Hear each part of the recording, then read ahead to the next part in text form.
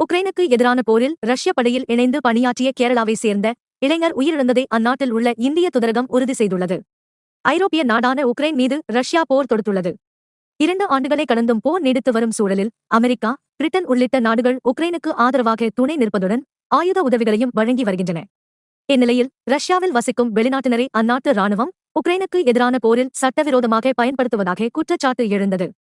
இதற்கு இந்தியா உள்ளிட்ட பல்வேறு நாடுகள் கண்டனம் தெரிவித்தது. இதில் கேரளாவில் திருச்சூர் மாவட்டத்தின் வடக்கஞ்சேரியைச் சேர்ந்த பினில் என்பவர் தன் மனைவி ஜாய்ச்சியுடன் மாஸ்கோவில் வசித்து வந்தார். அவர்கள் நாடு திரும்ப முடிவு செய்தனர். ஆனால் உக்ரைனுக்கு எதிரான போரில் பினில் மற்றும் அவரது உறவினர் ஜெயின் ஆகியோரை வலுக்கட்டாயமாக ரஷ்ய ராணுவம் பங்கேற்க செய்ததாக கூறப்படுகிறது. சமீபத்தில் உக்ரைன் நடத்திய ட்ரோன் தாக்குதலில் பினில் சம்பவ இடத்திலேயே பலியானார்.